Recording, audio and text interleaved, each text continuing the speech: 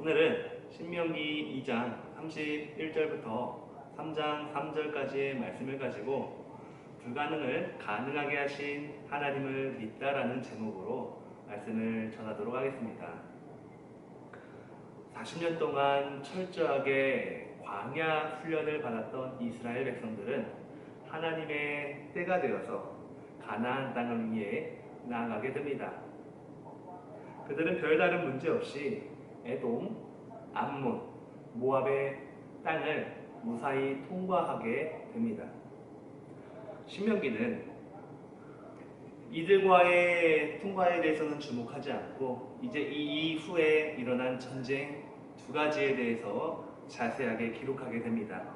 바로 아모리 족속 헤스본과의 전쟁, 바산과의 전쟁, 이 두 가지에 대해서는 다시 한번 이스라엘 백성들에게 알려주고 있다는 것이죠. 왜냐하면 이 전쟁이 가진 의미는 중요하기 때문입니다. 무엇보다도 헤스본과의 전쟁과 바산과의 전쟁은 하나님께서 명령하신 전쟁이라고 말할 수 있습니다. 신명기 2장 24절을 보게 되면 너희는 일어나 행진하여 이렇게 말씀하시면서 이제 더불어 싸워서 그 땅을 차지하라. 하나님께서 이스라엘 백성들에게 이렇게 명령하신 전쟁이다. 그래서 이스라엘 백성들은 아모리 족속의 사람 헤스본 왕 시온과의 전쟁을 벌이게 됩니다. 참고로 이 헤스본이라는 곳은 사해를 기준으로 북쪽 끝자락에 위치한 한 성읍이었으며 아모리 족속의 왕 시온이 통치하던 나라 전체를 가리켜 말한다고도 볼 수 있습니다. 그런데 이스라엘과 이 헤스본 사이에서 일어난 전쟁의 경위는 생각보다 단순합니다. 모세는 먼저 시온 왕에게 우리가 이 땅을 지나갈 수 있도록 통행할 수 있도록 허락해달라. 다만 평화롭게 우리의 것은 우리가 지불을 하면서 너희의 땅을 통과하겠다라는 소위 평화의 사절단을 시온 왕에게 보내게 됩니다. 이스라엘 같은 경우에는 저 요단강 서쪽을 가기 위해서는 반드시 이 헤스본 땅을 통과해야만 했습니다. 따라서 모세는 정중하게 그리고 평화롭게 헤스본 왕 시온에게 요청을 하게 됩니다. 그리고 이미 이스라엘은 헤스본보다 앞서 에돔과 암몬과 모압을 평화롭게 통과했음을 근거로 삼아서 헤스본 왕에게 사절단을 보내었던 것이죠. 그런데 헤스본 왕 시온은 이러한 모세의 요구에 거절을 하게 됩니다. 흥미롭게도 성경은 이 헤스본 왕 시온이 거절한 이유에 대해서는 하나님께서 그의 마음을 완고하게 붙잡았기 때문이라고 밝히고 있는데 신명기 2장 30절 말씀을 보게 되면 헤스본 왕 시온이 우리가 통과하기를 허락하지 아니하였으며 이어서 하나님께서 그의 성품을 완강하게 하셨고 그의 마음을 완고하게 하셨다라고 기록하고 있습니다. 그러니까 시온 왕의 입장에서는 이 이스라엘과 이 모세를 향하여서 적대적인 감정을 가지고 그들의 요청을 거절하게 됩니다. 헤스본 왕의 거절이 전쟁이 일어나게 된 원인이자 결과이기도 하였지만은 보다 근본적으로 성경은 하나님께서 이 시온 왕의 마음을 완고하게 했다, 완강하게 했다라고 밝히면서 어차피 이 전쟁은 하나님께서 예견하신 것임을 드러내고 있습니다. 하나님께서는 이미 이스라엘을 위해서 이 전쟁을 예비하셨습니다. 그래서 물론 시온 왕의 마음을 하나님께서 AI 로봇처럼 조종하지는 않았지만 하나님의 크신 계획 속에서 이 시온 왕의 거절이 포함되어 있었다라고 설명할 수 있다는 것이죠. 따라서 이스라엘과 이 시온 왕 사이의 협정이 결렬되면서 이 두 나라는 전쟁을 하게 됩니다. 이 전쟁은 어떻게 진행되냐? 신명기 2장 31절을 보게 되면 하나님께서 이스라엘 백성들에게 그의 땅을 차지하여 기업을 삼으라 라고 선언하게 되고요.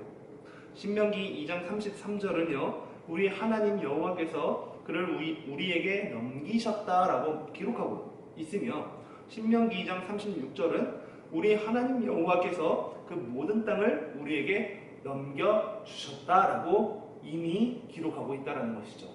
이 말씀은 사실상 헤스본과 이스라엘이 전쟁을 일으키기 전에 하나님께서 약속하신 말씀이다.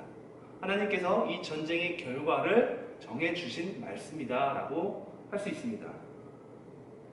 그래서 시온은 이스라엘과 전쟁을 치르기 위해 군대를 이끌고 나왔지만 하나님께서는 이스라엘과 함께 하셨기 때문에 이스라엘은 이 전쟁에서 승리하게 됩니다. 하나님의 도우심으로, 하나님의 이끄심으로 전쟁은 승리로 마쳐지게 됩니다. 모세는 이 전쟁의 승리에 대해서 분명히 기록합니다. 이것은 우리가 한 것이 아니고 하나님께서 시온을 넘기시겠다라고 약속하셨고 하나님이 그를 그래서 우리에게 넘겨주셨고 그 모든 땅을 우리에게 넘겨주셨다고 신명기에 분명히 밝히고 있습니다. 그러니까 지금 모압 광야에서 출애굽 2세대들은 모세의 이 말씀을 들으면서 다시 한번 하나님께서 우리를 위해서 그렇게 하셨음을 기억하게 된다라는 것입니다. 이어서 모세는 바산과의 전쟁을 기억할 수 있도록 다시 한번 두 번째 전쟁에 대해서도 알려주고 있습니다. 이스라엘은 헬스본을 정복한 이후에 북진하게 됩니다. 북쪽으로 올라가게 되지요. 북쪽에는 바산이라는 나라가 있었습니다. 바산은 북쪽으로는 헬몬산이 있었고 서쪽으로는 갈릴리 호수가 있었고 고원지대였습니다. 그리고 매우 비옥한 땅이었고 많은 가축을 기르는 나라였습니다. 바산은 옥이라는 왕이 통치하던 나라였고 바산 왕 옥은 이스라엘 군대가 북진하고 있다는 소식을 듣고 역시 헤스본 왕 시온처럼 군대를 이끌고 이스라엘과 맞서 싸우기 위해 나오게 됩니다. 그러나 이 전쟁 역시도 하나님께서 이스라엘과 함께 하심으로 이스라엘이 승리하게 됩니다. 신명기 3장 2절 말씀에 후반절에 보면 내가 헤스본에 거주하던 아모리 족속의 왕 시온에게 행한 것 같이 그에게도 행할 것이니라 하시고 라고 말씀하고 있습니다. 하나님께서는 이미 헤스본에게도 그렇게 하셨던 것처럼 바산에게도 똑같이 행할 것임을 약속하고 있습니다. 바산에는 총 60개의 성읍이 있었습니다. 이 성읍들은 모든 높은 성벽을 쌓았고 빗장을 걸어두고 방비하고 있었습니다. 그러나 하나님이 함께 하신 이스라엘 백성들에게는 적수가 될 수 없었습니다. 하나님의 도우심으로 헤스본에서 바산까지 정복한 이스라엘의 영토는 북쪽으로는 헬몬산, 남쪽으로는 아르논 강에 이르기까지 넓은 땅을 얻게 되었습니다. 쉽게 말하면 요단강을 기준으로 동쪽을 정복한 셈이 되었던 것이죠. 재미있는 점 한 가지는 이 바산과의 전쟁에 대해서는 성경이 바산 왕 옥에 대한 정보를 우리에게 알려주고 있다는 점인데 신명기 3장 11절을 보게 되면 나중에 삽입된 부분입니다. 이 바산 왕 옥이 누구였는지, 바산 왕이 어떠한 사람이었고 그 나라가 어떠한 나라였는지에 대해서 보다 세밀한 정보를 주고 있는데 그의 침상의 크기가 알려지고 있습니다. 이 바산 왕 옥은 철 침상을 사용했는데 이 침상의 크기는 지금의 단위로 환산하면 길이가 4m 5cm 그리고 넓이는 1m 80cm로 어마어마한 크기의 침상이었다라는 것이죠.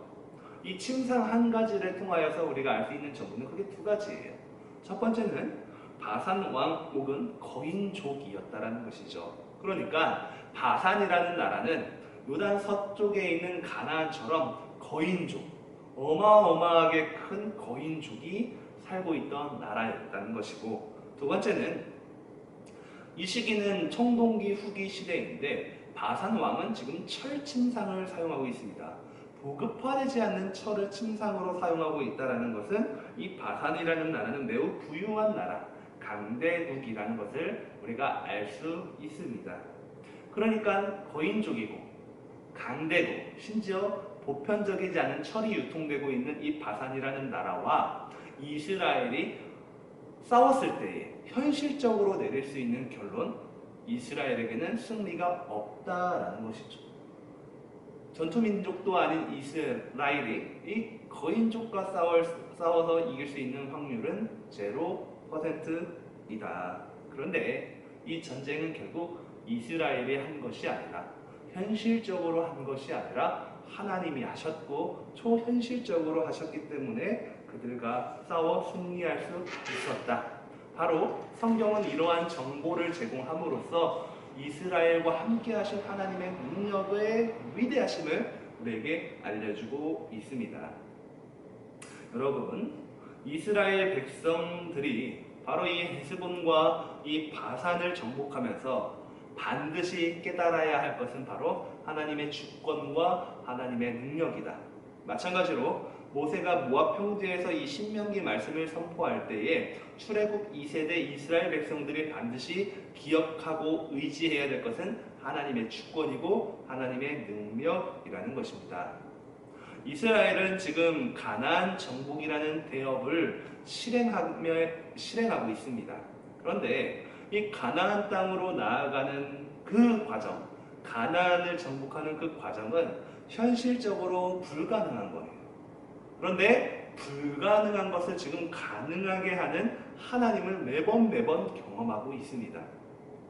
아니, 이미 수십 년 전 이 출애굽을 하면서 애굽으로부터 자유를 얻는 경험을 하면서 이들은 불가능을 가능하게 하시는 하나님을 보았죠. 또한 지난 40년 동안 척박한 땅 광야에서 그들은 자신들을 보호하여 주시고 지켜주시고 인도하여 주시는 하나님, 그러니까 불가능을 가능하게 하신 하나님을 이미 경험하였습니다. 그들의 생존은 불가능을 가능하게 하신 하나님이 함께 하셨기 때문이죠. 이제 이들에게 남은 건 전쟁이에요. 정복 전쟁. 이 전쟁의 목적은 하나님이 세우신 목적을 성취하는 정복 전쟁입니다. 따라서 하나님은 이스라엘과 함께 하시고, 아니 이스라엘과 함께 하겠다고 이미 약속하셨고 그렇게 함께 하시면서 치루어가는 전쟁입니다.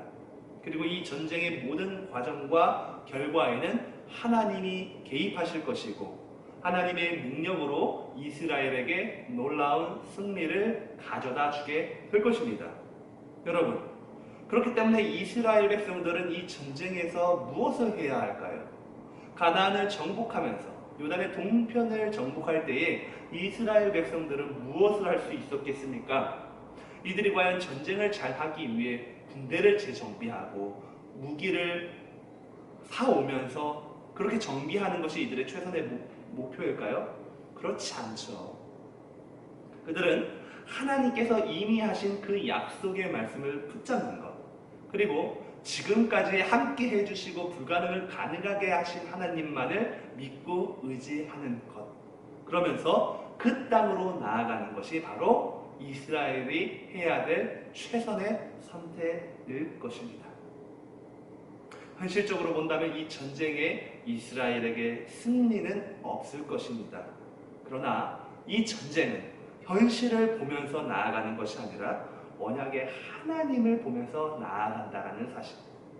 이스라엘이 현실을 보는 것이 아니라 언약의 하나님을 바라보는 순간 전쟁의 판도와 결과는 달라지게 된다는 것. 사랑하는 고등부 여러분, 불가능을 가능하게 하신 하나님의 정복 전쟁은 이미 시작되었습니다. 하나님이 함께하고 계심을 기억하시기 바랍니다. 마찬가지이죠. 하나님이 이스라엘과 함께 하신 것처럼 하나님은 우리와도 함께 하시면서 우리의 인생에도 개입하시면서 결국 우리에게도 불가능을 가능하게 하시는 놀라운 일을 경험하게 하실 것입니다. 이미 경험한 친구들도 있지 않습니까? 죄인이 의인이 된 역사. 복음을 알 수 없는 내가 예수 그리스도의 복음으로 회심하게 된 역사. 세상의 불의와 악법이 결국에 하나님의 복음과 도덕법에 굴복하게 되는 역사들. 우리는 이미 경험하였고 또한 앞으로 경험하게 될 줄로 믿습니다. 결국 우리가 할 수 없습니다. 우리는 할 수 없습니다. 그러나 하나님은 하실 수 있음을 기억하시기 바랍니다. 바로 불가능을 가능하게 하시는 하나님을 믿는 것을 가리켜 우리는 믿음이라고 말합니다. 이 믿음에는 우리의 삶을 걸어야 할 것입니다. 나의 전 생애와 나의 전 시간을 그 하나님께 맡겨드려야 합니다. 그 믿음이 없고서는 그 믿음이 역사하시는 역사를 우리는 체험할 수가 없다라는 것이죠.